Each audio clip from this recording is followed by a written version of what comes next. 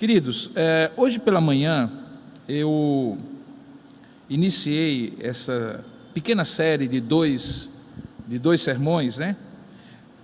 Que eu dei o título de A Arte do Bem Viver, usando um título antigo de uma série de estudos bíblicos que eu fiz no livro de Provérbios, e isso há alguns anos aqui em Tambaú. E pela manhã eu falei basicamente sobre, ou dando ênfase ao aspecto do saber, né?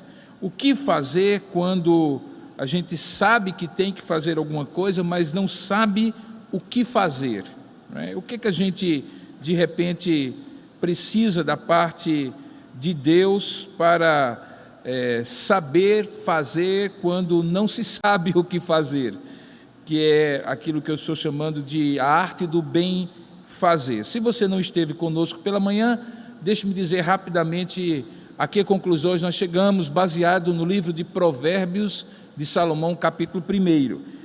Chegamos à conclusão que, em primeiro lugar, essa sabedoria que esses provérbios, ou que aqueles provérbios ensinavam, era uma forma de ver a vida, de estar na vida, de fazer as coisas na vida com equilíbrio, semelhantemente à forma como Deus, a própria sabedoria plena, vê a vida e dirige a vida. Por isso que iniciamos demonstrando que o temor do Senhor é o princípio da sabedoria, está lá no versículo 7 do capítulo 1 de Provérbios, e que esse temor é mais do que ou que essa sabedoria é mais do que um método correto de pensamento, de análise, mais do que uma aquisição de conhecimento, mais do que um treinamento numa habilidade. Eu resumi esse temor do Senhor, essa sabedoria que vem do temor do Senhor, como sendo um relacionamento correto, assumido com Deus, por meio de uma aliança que Ele faz conosco, pelo qual ou pela qual Ele molda o nosso caráter e habilita a cada um de nós para a prática de virtudes. Ou seja, em resumo, ser sábio é saber viver, porque, segundo a Bíblia, até o saber isoladamente ensoberbece, mas o saber como fruto do temor ao Senhor nos ensina a viver. Vimos que, para isso, aqueles provérbios que Salomão escreveu e que hoje constitui uma grande fonte de sabedoria, num momento como esse de crise, em que nós temos que decidir coisas, fazer coisas quando nós não sabemos o que fazer, é que isso muitas vezes se estrutura por meio de instruções, de posturas éticas. Vimos isso do verso 2 ao verso 6, quando, por exemplo, fala de entender as palavras de inteligência, que ele chama de instrução, quando ele fala de obter o ensino do bom proceder, a justiça, o juízo e a equidade, que é o que a gente chamou de ética, e também quando ele nos ensina a crescer pela experiência da vida e ter uma maturidade crítica, que é quando ele diz, por exemplo, no verso 4, que os provérbios, aquela sabedoria que emana dos provérbios, pode dar aos inexperientes prudência e bom senso. Chegamos então à conclusão de que é exatamente essa sabedoria que nós estamos carentes. Para quê? Para poder saber fazer, nesse momento de crise, aquilo que nós não sabemos fazer, que precisamos pedir a Deus sabedoria para que possamos de fato aprender nessa crise coisas importantes. Mas eu falei pela manhã que hoje à noite eu estaria dando uma outra ênfase, que a outra ênfase seria o que fazer quando aparentemente você não pode fazer, ou pode fazer muito pouco, ou quase nada. Eu tenho pensado, por exemplo, nesses dias, que os dois grandes dilemas emocionais, psicológicos e espirituais que nós estamos passando é diante de uma situação inusitada, que nós nunca passamos antes, o quanto nós sabemos e o quanto nós podemos fazer alguma coisa. Então lidamos assim com muita aflição e angústia com o nosso conhecimento e com a nossa ignorância acerca das coisas, com a nossa capacidade e o costume de fazer acontecer, o poder de fazer as coisas acontecerem. Todos nós temos isso em áreas diferentes na vida, versus a impotência que muitas vezes nos aflige. Então, de fato, nós estamos vivendo um momento em que ignorância e conhecimento capacidade e impotência vivem brigando no nosso coração, e isso é uma das razões porque, junto com a crise sanitária, clínica, médica que esse vírus traz, nós podemos também estar passando situações aflitivas de alma, de angústias, de temores, de medos, de ansiedades. E isso é um fato real em outros lugares que já estão, infelizmente, mais avançados nesse processo, principalmente de isolamento social. Então, quando nós estamos enfrentando essa questão de ignorância versus conhecimento, ou seja, o que nós sabemos e o que nós não sabemos, e que faz com que alguns, por exemplo, até tomem atitudes baseadas muito na intuição, aí eu acho, eu penso, ou na opinião dos outros, mas também faz com que as pessoas se sintam impotentes, amarradas mesmo, acostumadas com determinada rotina. O que fazer quando aparentemente a gente pode fazer quase nada, não apenas em termos das atividades da gente, mas também em termos de voltar à normalidade, voltar a ter aquele aparente controle que nós tínhamos na vida, nas nossas mãos, quando nós tínhamos uma agenda, tínhamos um planejamento e assim por diante. Então, veja, hoje, a ênfase, hoje à noite, é sobre esse sentimento, essa sensação de impotência. O que fazer quando aparentemente a gente pode fazer quase nada numa situação como essa? Eu gostaria de convidar você a ler 2 textos de um dos livros do Novo Testamento, que eu considero como um livro que permite a gente fazer várias leituras. Claramente, sem dúvida alguma, é um livro histórico, o único livro histórico do Novo Testamento. Você já entendeu que eu estou falando do livro de Atos, então você já pode ir abrindo aí e mantendo a sua Bíblia aberta no livro de Atos. É um livro histórico, sem dúvida alguma.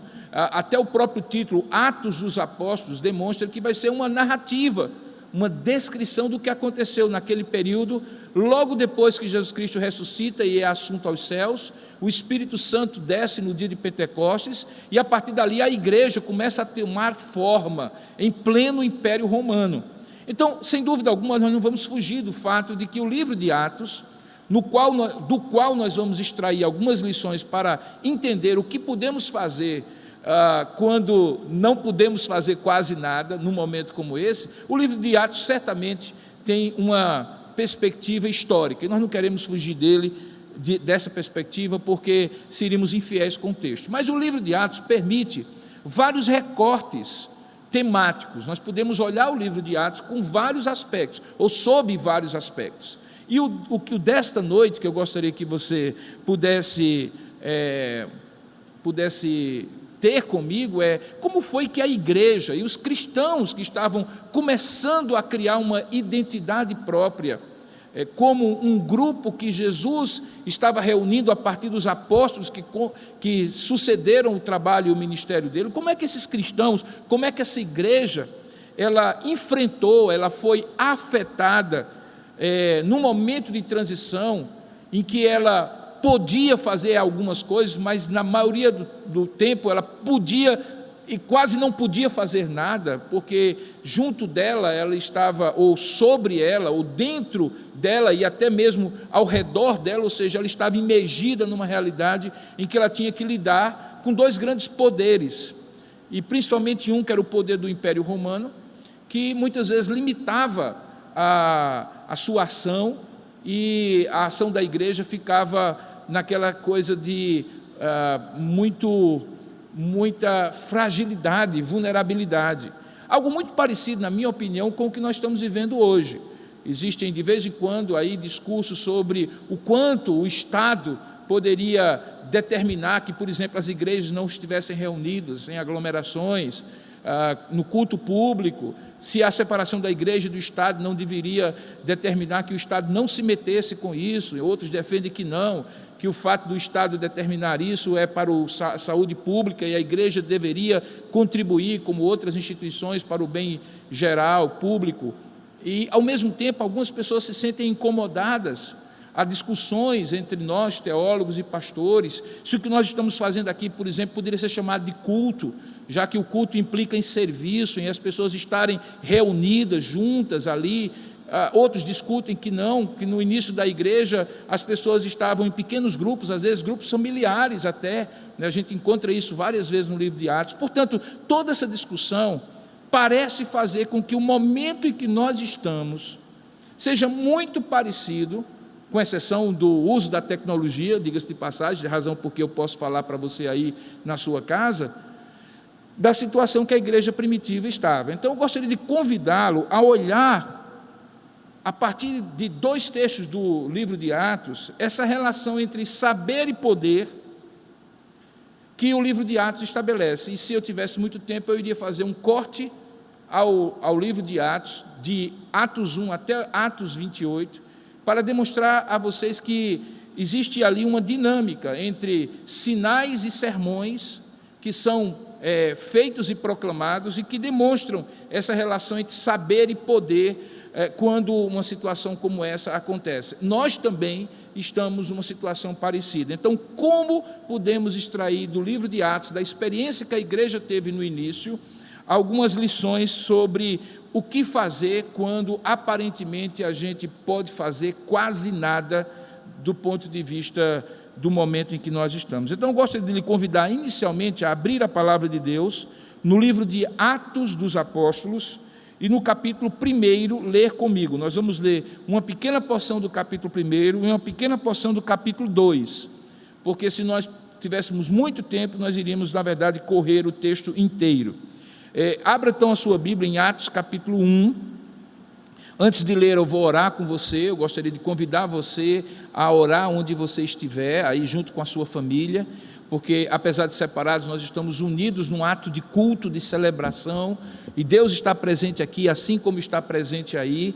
Eu não tenho dúvida que nós podemos orar. Eu orei nesses dias e tenho orado muitas vezes por telefone, por Facebook, e eu creio que Deus usa toda essa tecnologia por grupos de WhatsApp, por vídeos, por lives e assim por diante, por videoconferências. Eu creio que Deus é o Deus que, sem dúvida alguma, está presente aqui e está presente aí. Nós podemos orar juntos. Então, curva a sua cabeça por um instante, feche os seus olhos, vamos falar com Deus e vamos pedir a Deus que Ele nos ensine nessa noite o que fazer quando aparentemente podemos fazer quase nada numa circunstância como essa. Vamos orar juntos?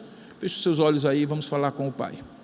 Senhor, nosso Deus e nosso Pai, na Tua presença em que cada um de nós está, ainda que em lugares diferentes, nós nos colocamos agora diante de Ti para rogar a Tua misericórdia e graça, a fim de que de fato nós possamos ouvir a Tua voz, assim como nós já tivemos a oportunidade, minutos atrás, de Te louvar, de Te adorar, até mesmo de consagrar a Ti os nossos dízimos e ofertas, a nossa contribuição para a expansão do Teu reino, como expressão da nossa gratidão a Ti, por tudo que Tu és e por tudo que Tu tens feito por nós. Agora, Senhor, nós precisamos muito ouvir a Tua voz, assim como ouvimos pela manhã, quando o Senhor nos ensinou o que fazer quando não sabemos o que fazer. Ensina-nos nesta noite também o que fazer quando aparentemente podemos fazer quase nada nessa circunstância em que nós estamos vivendo.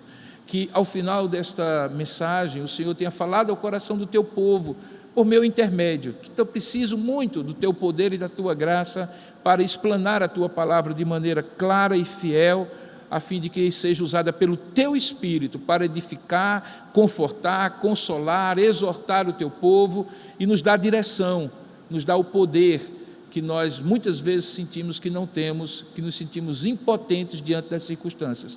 Dá-nos o poder correto, da maneira como o Senhor nos ensina para fazer aquilo que nós podemos fazer, diferentemente do que parece que não temos poder algum para fazer. Por isso, ó Deus, oramos nessa hora e pedimos, abra nossa mente, ilumina o nosso coração e fala conosco. É o que nós oramos em nome e para a glória de Jesus. Amém. Ok, então agora abra a sua Bíblia aí, se você já não tinha feito, em Atos capítulo 1, porque eu gostaria de ler com você. Eu gostaria de ler com você a partir do versículo 6.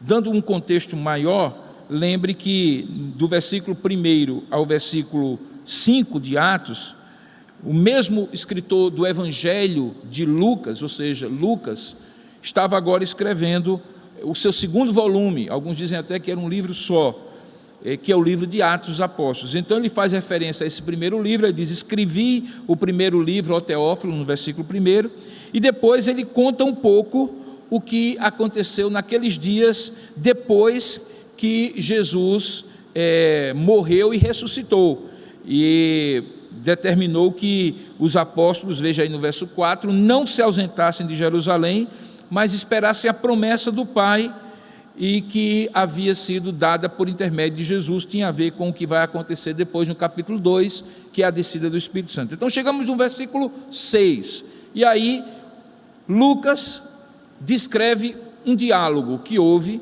entre aqueles que estavam reunidos e o próprio Senhor. É dito assim: então os que estavam reunidos lhe perguntaram: Senhor, será este o tempo que restaures o reino a Israel?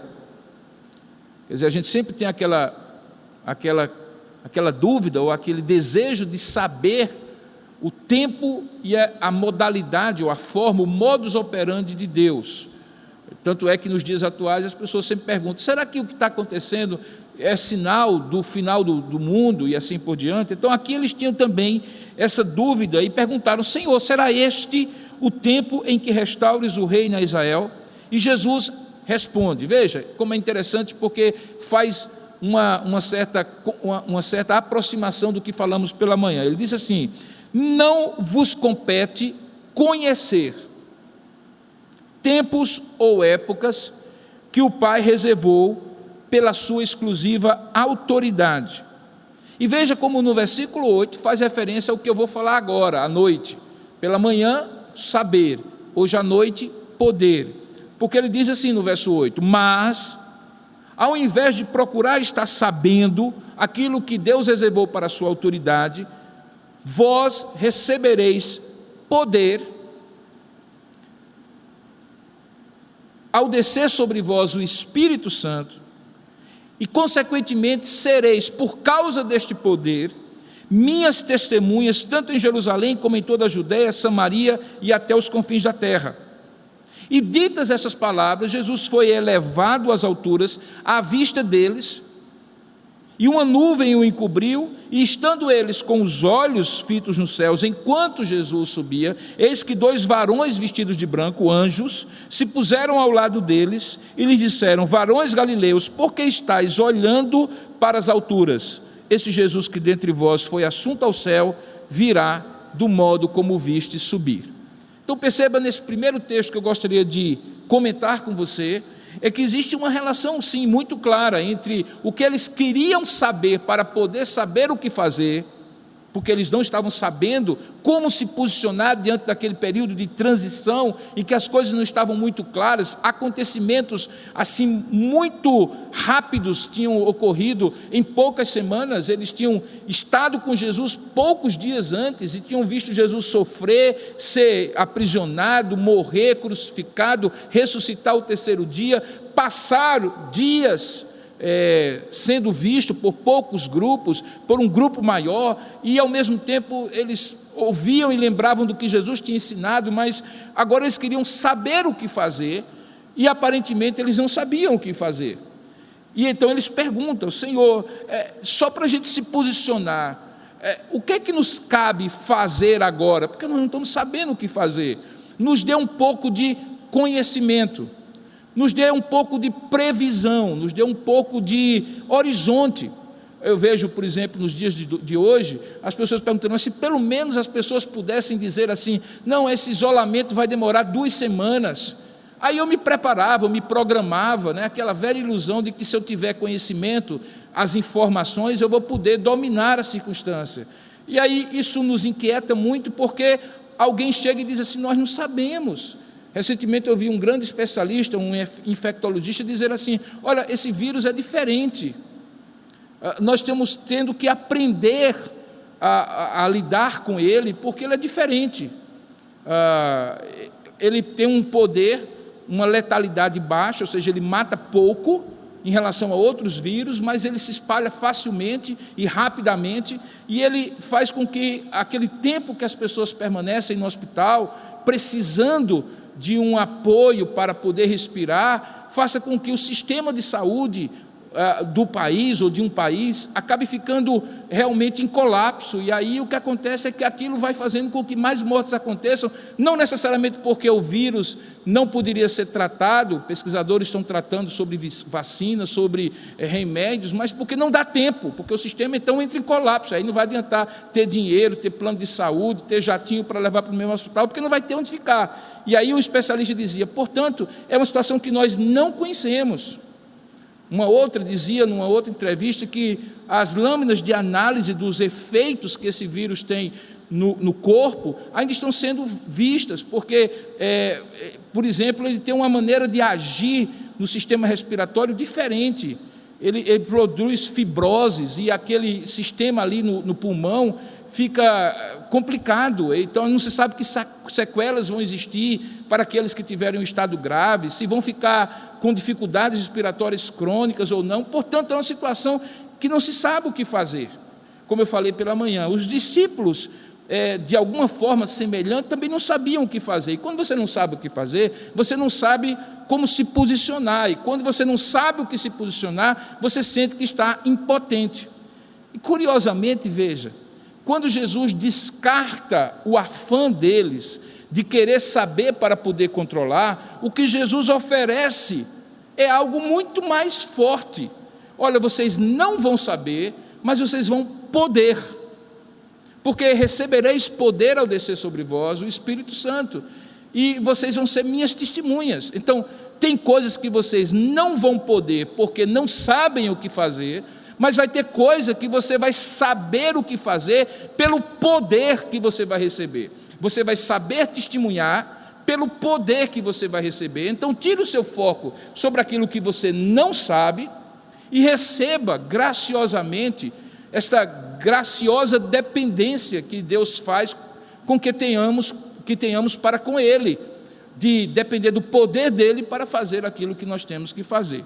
Então você percebe que ele diz, recebereis poder, conhecimento vocês não vão ter, controle das circunstâncias, dos tempos e ocasiões, porque isso Deus reservou para a sua exclusiva autoridade, mas vocês vão receber poder, e ao receber poder, vocês vão ser minhas testemunhas.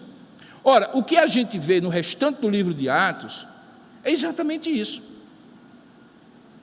A igreja estava diante de um estado imperial, que a perseguiu ferozmente, né? Assim, de uma maneira cruel até. Muitos morreram, muitos foram mártires, a Bíblia descreve alguns, outros a história cristã descreve. A igreja estava ainda sob perseguição dos fariseus, os mesmos fariseus, saduceus, sinédrio, que tinha matado Jesus há poucas semanas, continuava na sua perseguição religiosa contra o cristianismo, porque tinha ficado claro que o cristianismo se colocava como sendo o cumprimento de todas aquelas promessas do judaísmo, e não como uma seita do judaísmo, mas como a plenitude do judaísmo, e que Jesus era o Messias prometido, e isso para os líderes religiosos da época era inconcebível e inaceitável. Então eles perseguiam. Então tem essa igreja que não tem templo, que não tem tecnologia, que não sabe o que vai acontecer, que é pequena, que é minúscula dentro do império, que é uma religião perseguida pelo império e pela religião onde ela surgiu, e de repente Deus diz para elas, olha, dizer o que vai acontecer, para que vocês saibam o que fazer, eu não vou dizer, mas eu vou dar uma coisa para vocês, poder. E esse poder permitirá que vocês façam aquilo que vocês podem fazer, e deixem de se preocupar com aquilo que vocês não sabem fazer, e por isso não vão poder fazer. Eu vejo nos dias atuais as pessoas agoniadas em querer saber alguma coisa para poder fazer, e é como se, de maneira semelhante à circunstância atual, dissesse assim, tem coisas que vocês não sabem, ninguém sabe, mas vocês particularmente não sabem, e vocês por isso não vão poder fazer muita coisa sobre o que vocês não sabem, mas tem uma coisa que vocês podem fazer, e por isso o título de hoje é o que fazer quando aparentemente você pode fazer quase nada, mas há muita coisa que você pode fazer. Primeiro fato, e fica muito claro que você pode fazer, o próprio texto de Atos capítulo 1 diz, é que você vai poder testemunhar.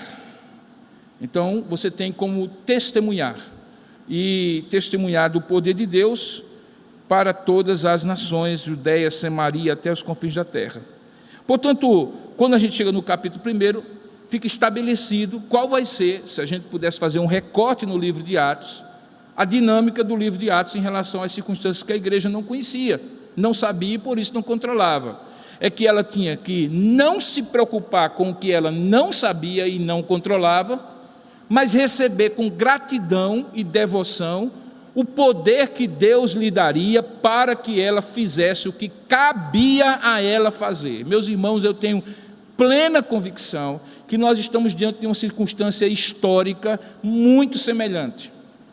E enquanto nós estivermos agoniados como cristãos, como igreja do Senhor Jesus Cristo, para saber e dominar as circunstâncias, para que o nosso modo de ser como cristão não seja alterado, mas possamos dar a volta por cima e logo voltar à normalidade, à aparente normalidade de antes da crise. Enquanto fizermos isso, nós vamos nos perder em elucubrações, em narrativas de ordem política, econômica, ideológica. Nós vamos entrar em discussões inócuas, vãs, inúteis na internet, e nós vamos perder o foco. Por quê e para que Deus está permitindo ou decretando ou nos levando para esse momento da história como igreja e como cristãos? Eu tenho absoluta certeza, é para que nós voltemos a experimentar aquilo que a igreja no início do século I, experimentou, uma renúncia ao controle do conhecimento e das circunstâncias, e uma recepção piedosa, virtuosa, comprometida, consagrada ao poder do Espírito Santo, que capacita a igreja a fazer aquilo que Deus quer que ela faça nesse momento. A igreja não é para ficar determinando qual autoridade está certa, se é A, B ou C. A igreja não é para ficar discutindo se o político A, B ou C está certo, se o infectologista A, B ou C que está certo, se nós vamos ter prejuízo agora ou prejuízo maior, porque tudo isso, irmãos, está dentro daquela esfera que nós tratamos pela manhã, do que nós sabemos, ou sabemos que não sabemos o que fazer, e que por isso precisamos da sabedoria de Deus. O que nós precisamos focar é naquilo que está muito claro, o poder que Deus vai nos dar, e está nos dando nesse momento da história, onde milhares de pastores estão utilizando as tecnologias de informação e comunicação como nunca usaram antes, para alcançar milhões de pessoas no planeta,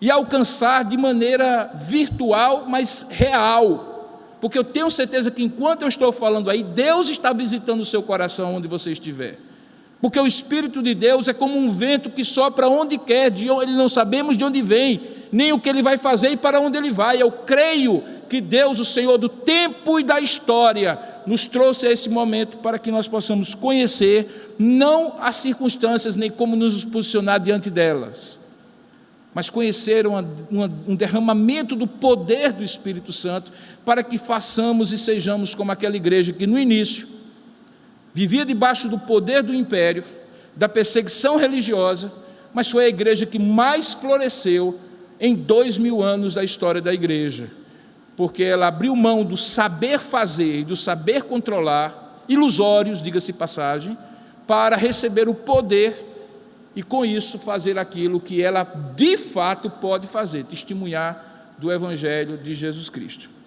Eu vou, sem querer ser exaustivo, porque como eu falei o tempo é pouco, para o segundo texto, onde nós temos uma espécie de retrato, uma fotografia de um momento em que a igreja, uma vez tendo ouvido essa promessa, repetida essa promessa, que o próprio Jesus agora trazia para os apóstolos: recebereis poder ao descer sobre vós, ela experimenta o cumprimento desta promessa, e as consequências disso são que a igreja de fato começa a viver aquilo que Deus queria que ela vivesse. Então eu gostaria que você pegasse agora a sua Bíblia e fosse comigo para o capítulo 2, porque é o primeiro momento em que aquilo que Deus prometeu que faria, dá poder para testemunhar, a fim de que eles focassem no que é essencial, testemunhar, acontece. E nós estamos falando então do glorioso dia de Pentecostes, quando o Espírito Santo foi derramado naquela festa que acontecia 50 dias depois da Páscoa, por isso chamava-se Pentecostes, e que trazia para Jerusalém pessoas de vários lugares. Pense numa aglomeração, era tanta gente que o texto diz que estavam reunidos ali pessoas de todas as nações. Veja aí o verso 5 do capítulo 2. Estavam habitando em Jerusalém por aqueles dias ali do Pentecostes, judeus, homens piedosos, ou seja, que não eram judeus, mas que estavam interessados em conhecer, prosélitos ou pessoas atraídas pelo judaísmo, vindos de todas as nações debaixo da terra.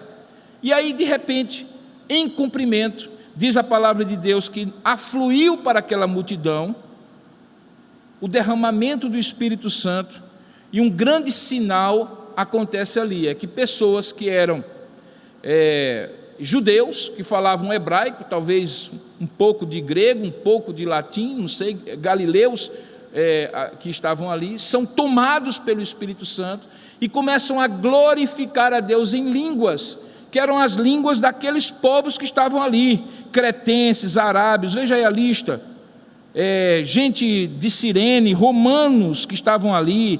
Veja o verso 10, gente da região da Líbia, da Panfilha, do Egito, Ponto, Ásia, Capadócia, Mesopotâmia, partos, medos, elamitas, tinha todas as nacionalidades, e Deus opera aquilo que Ele havia prometido. O que Ele havia prometido? Que derramaria o seu Espírito, e que pelo seu Espírito eles testemunhariam. E o livro de Atos aqui, 2, até o final, é a descrição de como, primeiro em Jerusalém, depois em Judeia, e simultaneamente, enquanto isso estava acontecendo, a igreja ia se espalhando, também em Samaria, até os confins da terra, isso que foi prometido em Atos 1:8 aconteceu.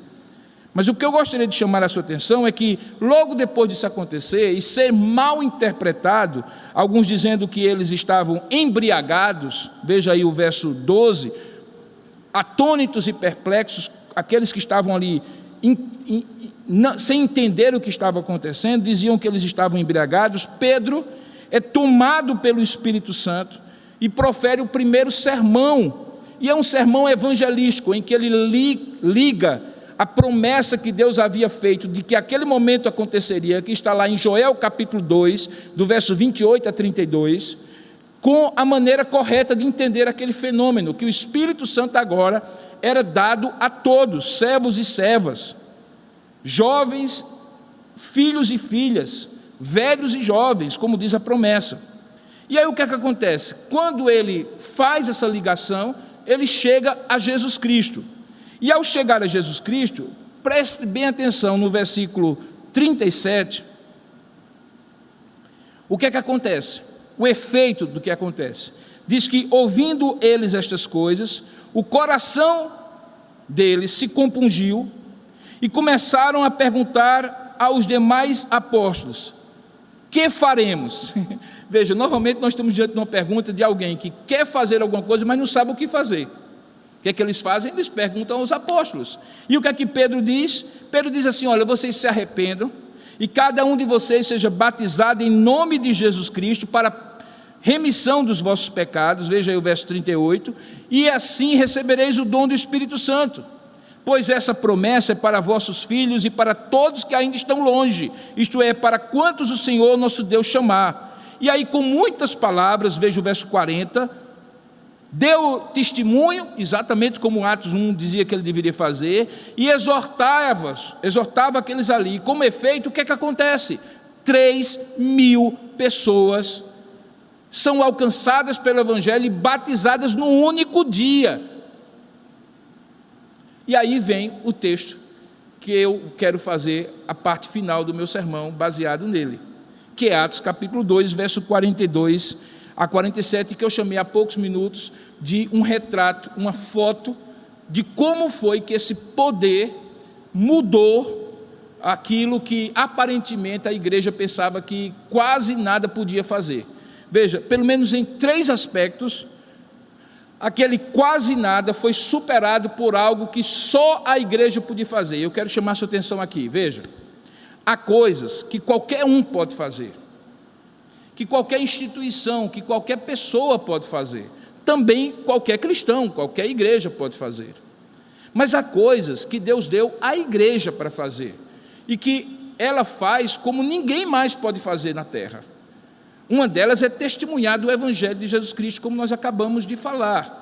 Mas veja que no capítulo 2, verso 42 a 47, há uma descrição de Lucas sobre que efeitos isso produziu na igreja quando ela deixou de pensar sobre o que ela precisava saber, quando não sabia o que fazer, que foi o que falamos pela manhã, e começou a focar sobre o poder que Deus tinha dado para ela e que superava aquela dúvida: o que fazer quando aparentemente não podemos fazer quase nada?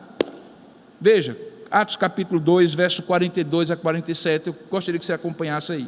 Diz assim, falando sobre os cristãos, aqueles 3.000 que estavam ali em Jerusalém. Gente, era uma igreja de 3.000 pessoas, de repente reunida, num único dia. Se alguém nesses dias tem falado sobre aglomeração, eis aí uma aglomeração grande, 3.000 pessoas. Olha só como é descrito.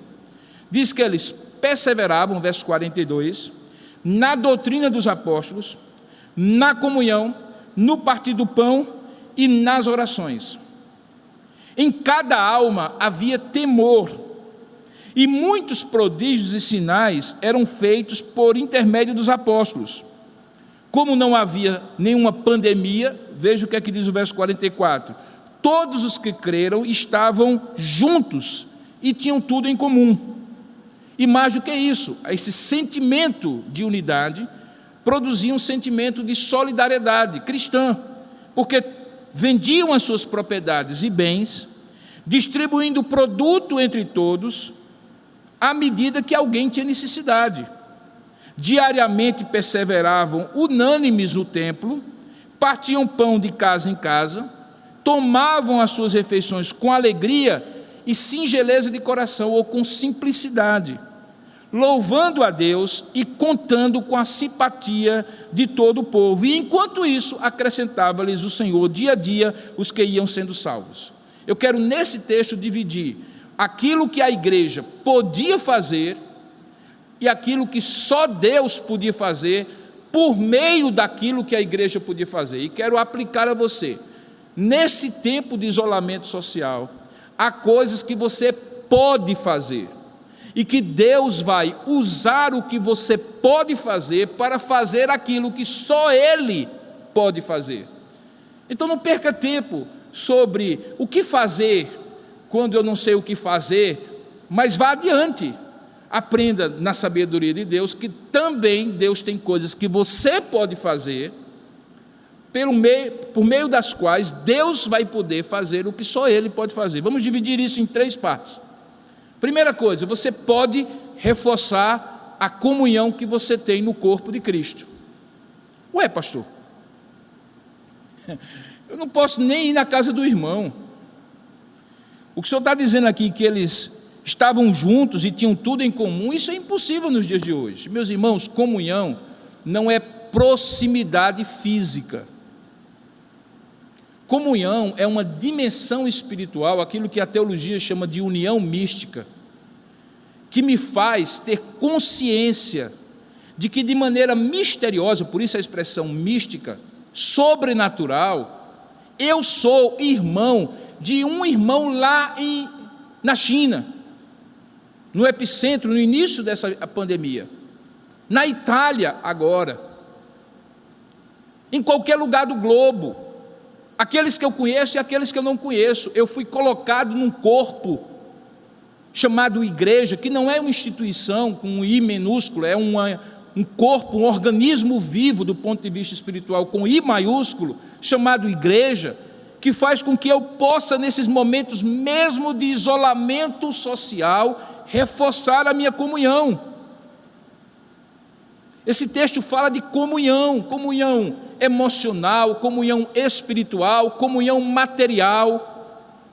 Comunhão é aquilo que hoje nós poderíamos fazer se pudéssemos pensar nas pessoas que estão sozinhas, irmãos nossos que estão sozinhos, que fazem parte de grupos de risco, que são estrangeiros nessa terra chamada João Pessoa, gente que veio de outros lugares e que gostaria de ter o conforto espiritual de voltar para o seu lugar, mas não pode, porque precisa ficar em casa, falando com as pessoas por uma tela de computador ou de uma tela de celular, mas que certamente seriam muito encorajados, abençoados, fortalecidos na sua fé, no seu entusiasmo, na sua alegria, na sua paz espiritual, se você pegasse o seu telefone e ligasse para essa pessoa, orasse com ela pelo telefone, perguntasse se ela está precisando de alguma coisa. Tempo de isolamento social é tempo para reforçar a comunhão. Se as circunstâncias nos separam fisicamente, elas nos exigem um esforço para nos unir espiritualmente e emocionalmente. Não para ficar brigando por político de estimação em rede social. Não para ficar se encharcando de más notícias na internet e nos telejornais. Não para ficar tocando terror nos grupos de WhatsApp, só contando miséria e desgraça. Pegue esse seu tempo e separe para o que pode reforçar a comunhão sua com seu irmão, porque isso você pode fazer. Por quanto tempo? Não sei. Nem você, nem ninguém, só Deus. Não se preocupe com isso, se preocupe com o reforço da comunhão que você pode fazer. O que eu tenho visto muitas vezes é pessoas que não conhecem o Senhor, muito preocupados com o equilíbrio emocional dos outros. Então, grupos de psicólogos, de psiquiatras, de terapeutas, gente que trabalha com pessoas, tentando fazer atendimento virtual, acompanhando as pessoas. E nós que somos cristãos, ao invés de reforçar a comunhão, ficamos nos digladiando, nos mordendo nas redes sociais, nos grupos de WhatsApp. Isso não é o que Deus quer para nós. O que Deus quer para nós é que nós façamos aquilo que só a igreja pode fazer, à luz de Atos capítulo 2, que é reforçar a comunhão. Segundo, intensificar a sua devoção pessoal e familiar. Deixa eu lhe dizer uma coisa, estar na igreja é uma bênção. Ouvir um sermão, um estudo bíblico é uma bênção. Nós estamos aqui fazendo parecido com o que fazemos a cada domingo, no mesmo local, com o mesmo tipo de liturgia, de culto, com a pregação, com o púlpito e assim por diante, porque sabemos que sentimos falta de estar aqui. Mas deixa eu lhe dizer uma coisa, é que eu não tenho dúvida alguma que Deus está nos levando por esse vale da sombra da morte, para que possamos resgatar certas coisas que possam intensificar a nossa devoção pessoal. Recentemente eu li um texto de pastores espanhóis e italianos, advertindo os pastores dos Estados Unidos e da América Latina sobre o que é que eles deveriam enfatizar nesses dias. E uma das coisas era assim: ensine Bíblia para as pessoas e ensine as pessoas a se alimentarem por si mesmas nas Escrituras. Em tempos de perseguição na igreja apostólica, muitas vezes o que eles tinham eram pessoas que não eram formadas em seminários, o pai da família, o irmão em Cristo, com as escrituras do Antigo Testamento, porque as escrituras do Novo Testamento ainda estavam sendo escritas, portanto eles não tinham nem a Bíblia toda, e o que eles tinham quando perseveravam na doutrina dos apóstolos era um reforço da devoção deles, na doutrina, no partir do pão, nas orações. Então esses tempos é tempos para você fazer aquele estudo bíblico que você dizia que não tinha tempo para fazer, para você pagar R$29 e fazer um excelente curso do Instituto Kuyper que você dizia que não tinha tempo para fazer, para você pegar aquele livro que você comprou na livraria do Caipa e nunca leu, porque você dizia que não tinha tempo para fazer. Para você então fazer o seu culto doméstico com a sua esposa, o seu esposo e seus filhos, intensificando a devoção cristã, diferentemente do tempo anterior, quando você não encontrava com eles. Agora não tem desculpa, eles estão 24 horas com você. Qual é a desculpa para não fazer culto doméstico? Qual é a desculpa para não ler mais a Bíblia? Qual é a desculpa para não ler aquele livro, para não fazer um curso que possa reforçar a sua devoção a Deus? Qual é a desculpa agora para a gente não orar mais? Vocês compreendem que enquanto a igreja fica se preocupando com coisas que ela não vai saber nem controlar, ela está perdendo a oportunidade de receber o poder de Deus para intensificar a devoção com Deus. Eu suspeito, eu não vou afirmar, porque eu não tenho certeza, mas eu suspeito que Deus está nos preparando, irmãos. Deus pode estar nos preparando para tempos em que talvez nós não vamos realmente poder nos encontrar. A Bíblia projeta tempos difíceis, tempos maus pela frente, em que talvez essa organização formal chamada Igreja Presbiteriana de Tambaú não possa se reunir nesse lugar, e Deus está preparando, dizendo assim: gente, desperta, se prepara, eu estou dando essa oportunidade para vocês aprenderem como vai ser daqui por diante. E sinceramente, mesmo que eu esteja errado nessa minha previsão, e as coisas voltem ao normal, se bem que eu acho que nunca voltarão mais ao normal, pelo menos uma das coisas que todos nós aprendemos é que precisamos limpar a nossa mão com álcool gel, já é uma grande mudança de hábitos, mas além disso outros que estão sendo mudados, repensados. Mas do ponto de vista espiritual, mesmo que eu esteja errado, se depois dessa crise, quando você sair do isolamento social, você terá aprendido, se você tiver aprendido a ler a Bíblia, fazer um estudo bíblico, a ter mais tempo de oração, a ter mais tempo de culto doméstico, a ficar mais tempo ouvindo as pessoas, conversando com as pessoas, mesmo que seja por telefone, deixa eu lhe dizer, Deus estará lhe dando o poder para que você saiba fazer o que você pode fazer, ao invés de ficar focando no que você deixou de fazer ou não pode mais fazer. Então reforce a sua comunhão, como eu já havia falado, intensifique a sua devoção, e eis aqui, vivencie a simplicidade da vida. Coisa mais interessante do mundo é que a tecnologia ajuda muito. Estou aqui falando para 3 câmeras diferentes, transmitindo essa mensagem pelo Facebook, pelo YouTube, pelo Instagram. Estou usando recursos de informação e comunicação, mas deixa eu lhe dizer uma coisa, uma das coisas mais maravilhosas que eu tenho visto, é que mesmo quando a gente usa essa tecnologia, as coisas mais significativas que estão acontecendo são muito simples. Muito simples. Tanto na dinâmica de cada um de nós em casa, como nas dinâmicas espirituais. E veja que a coisa mais simples que eles faziam aqui era com alegria e singeleza de coração. Chama-se simplicidade, irmãos. Simplicidade.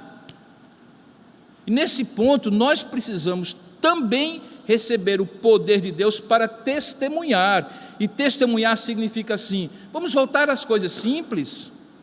Um dia desse eu estava vendo que uma das pessoas aqui da igreja voltou a montar quebra-cabeça em cima da mesa da sala.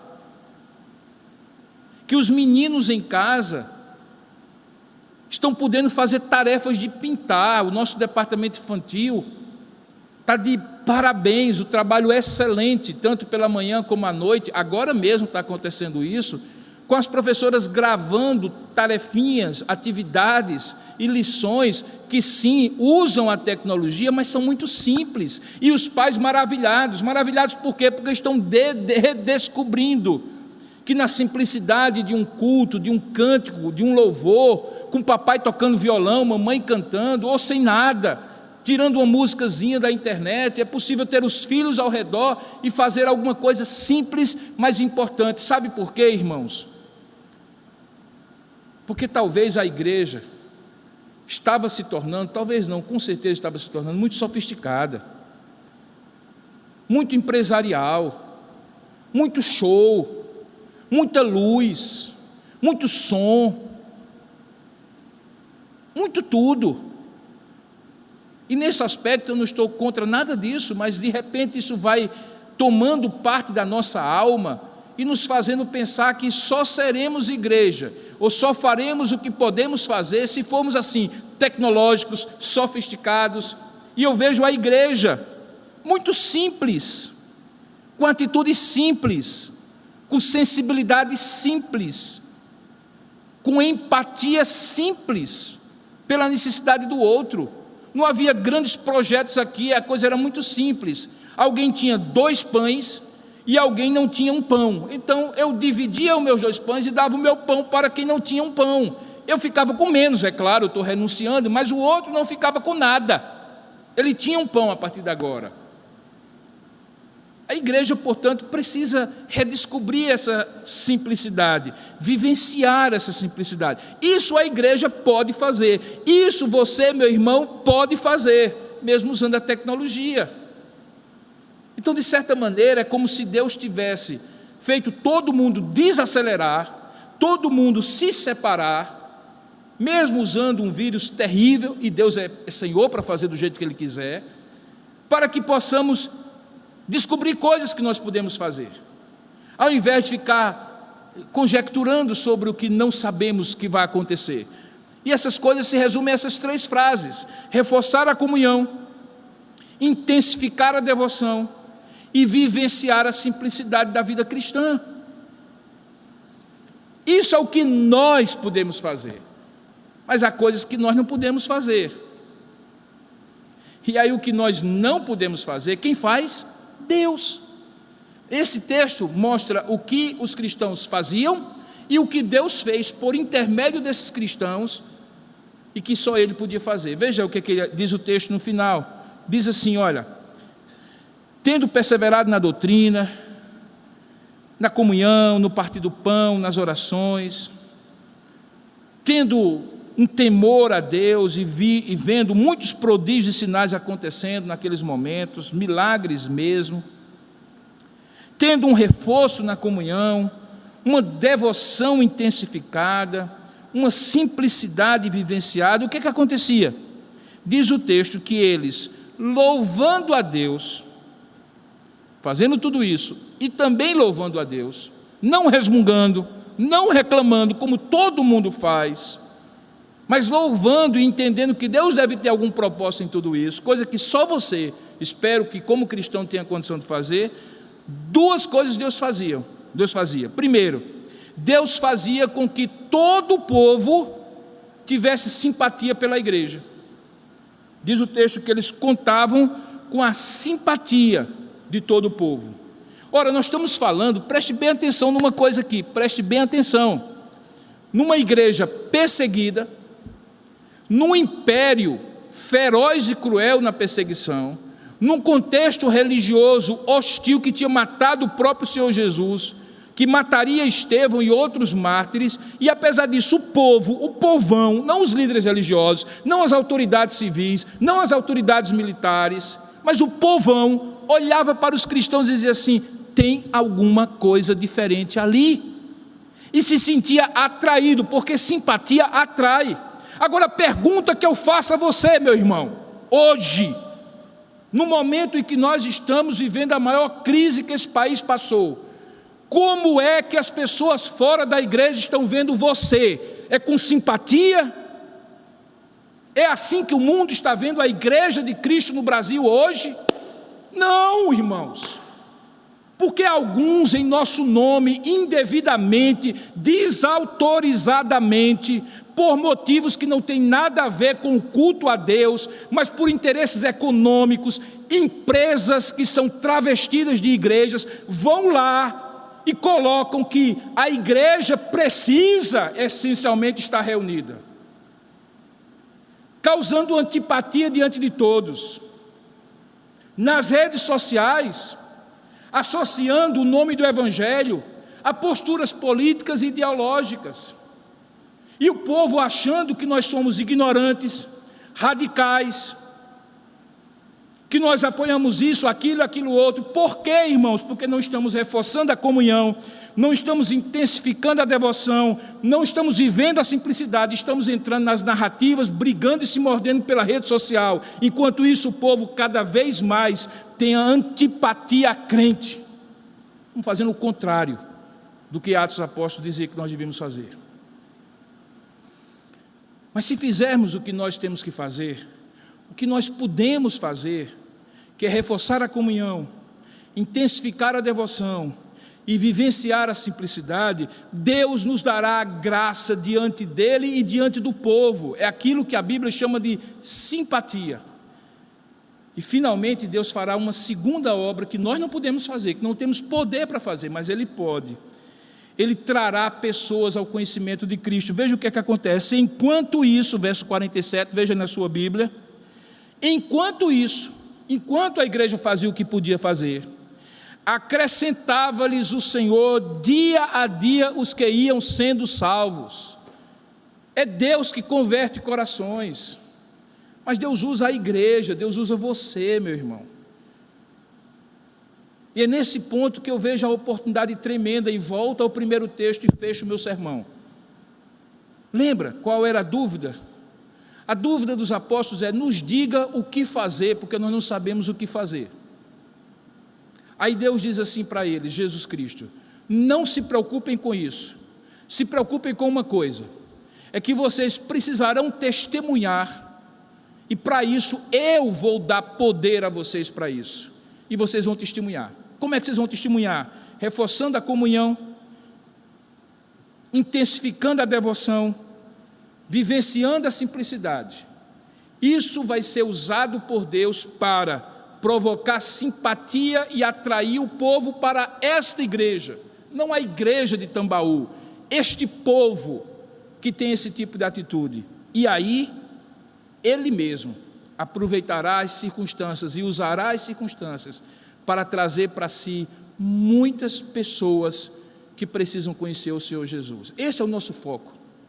Irmão, se a gente vai viver, se a gente vai morrer, se vai pegar vírus, se não vai pegar vírus, se a gente nunca mais vai se reunir nessa igreja, ou se domingo que vem a gente vai estar, se quem está certo é o fulano, cicrano ou beltrano, pelo amor de Deus, esse é o nosso foco, irmãos.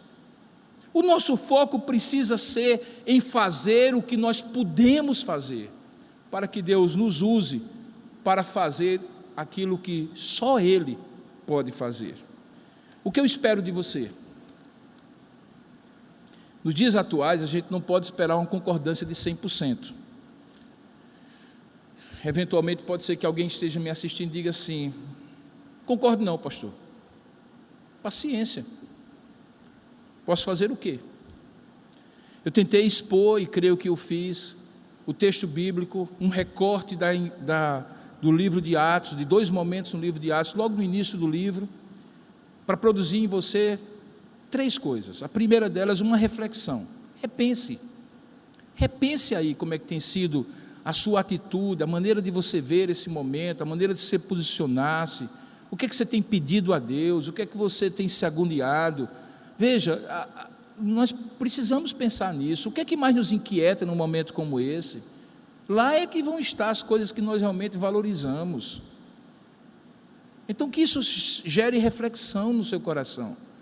Segundo, que naquilo que Deus lhe convencer, não, pastor Robson, naquilo que Deus lhe convencer, você se arrependa e mude a sua atitude, porque arrependimento não é isso. Você está indo numa direção e a sua mente muda, metanoia, muda a sua mente e você vai noutra direção. Arrependimento é dizer assim: se até agora eu tive essa e essa e essa atitude, a partir de agora, diante daquilo que eu ouvi, refleti, eu vou mudar e vou passar a ter essa atitude, ao invés de eu ficar procurando saber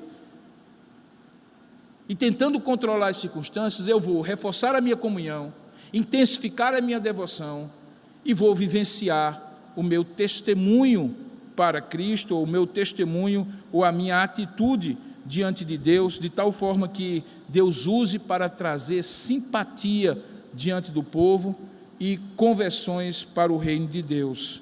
eu vou vivenciar a simplicidade do reino de Deus. Então, eu quero que você pense, reflita naquilo que Deus lhe convencer, você se arrependa, mude de atitude, olhe para o livro de Atos e diz assim: eu quero vivenciar isso com a minha família, com os meus irmãos.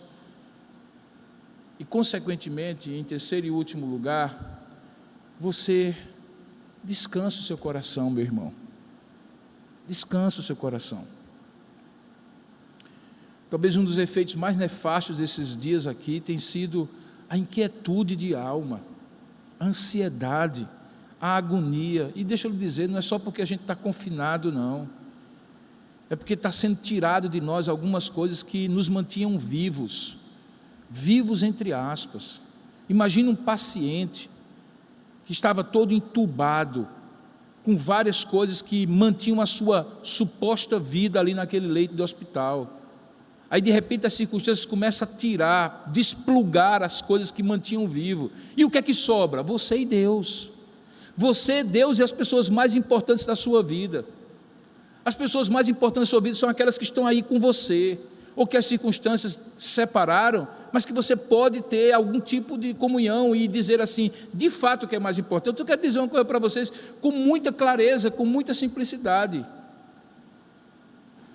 Quando você é desplugado das circunstâncias da vida, pelas circunstâncias da vida, daquelas coisas que ilusoriamente lhe mantêm vivo e operante na vida, o que é que sobra? Sobra o essencial. E o que é essencial? É você e Deus, você e a sua família, você e os seus irmãos em Cristo. O mundo que está ao seu redor, como um campo onde você pode manifestar a virtude do que Deus fez na sua vida, deixando que Deus opere aquilo que só Ele pode fazer. Foque nisso, e eu posso garantir para você, a paz de Deus, que excede todo entendimento, aquietará o seu coração, e você sentirá menos falta daquilo que o isolamento social tirou de você. Que Deus possa abençoá-lo com essa reflexão, com essa tomada de posição e com a paz de Deus que abençoe o seu coração. É o que eu oro e peço a Deus nesse momento por sua vida. Senhor nosso Pai, ao fim desta reflexão, deste culto que nós oferecemos a Ti, de fato é um culto porque cremos que estamos na Tua presença, embora separados fisicamente, após ouvir a tua voz, a Tua palavra, leva-nos, Senhor, a refletir e a tomar posição. Abençoa esses dias sobre nós. Eles nos inquietam, Pai. Eles nos tornam ansiosos. Nós colocamos para fora o pior de nós, mas o Senhor também nos chama a colocar para fora o melhor de nós, aquilo que o Teu Espírito tem feito na nossa vida. E o que eu te peço é que nesta hora, de maneira sobrenatural e poderosa, Tu visites o coração de cada pessoa que participou deste culto ou vier a assisti-lo depois nos canais dessa igreja. Que, ó Deus, Tu uses na minha limitação, mas Tu uses as palavras que foram proferidas, os louvores que foram cantados, tudo o que aconteceu aqui, para nesses dias difíceis, dias maus, o Senhor trazer paz espiritual, reflexão e mudança nas nossas vidas que Te conhecemos como Senhor e Deus, como Pai de cada um de nós, mas também na vida daqueles que precisam ter esperança e confiança na terra. Ajuda-nos como Tua igreja a fazer aquilo que nós podemos fazer e assim praticar a arte do bem viver, que sabe com sabedoria o que normalmente não se sabe em circunstâncias diferentes e o que faz com poder aquilo que não saberia fazer sem o poder de Deus. Abençoa-nos e despede-nos agora com a Tua bênção, a bênção do Deus triuno, o Pai, o Filho e o Espírito Santo. Amém. Que a graça do nosso Senhor e Salvador Jesus Cristo, o amor do nosso Deus e bendito Pai, o poder, a comunhão e a consolação do Santo Espírito de Deus, venha sobre você, meu irmão, minha irmã, sobre sua família e todo o povo de Deus na face da terra, desde agora e para todo sempre. Amém e amém.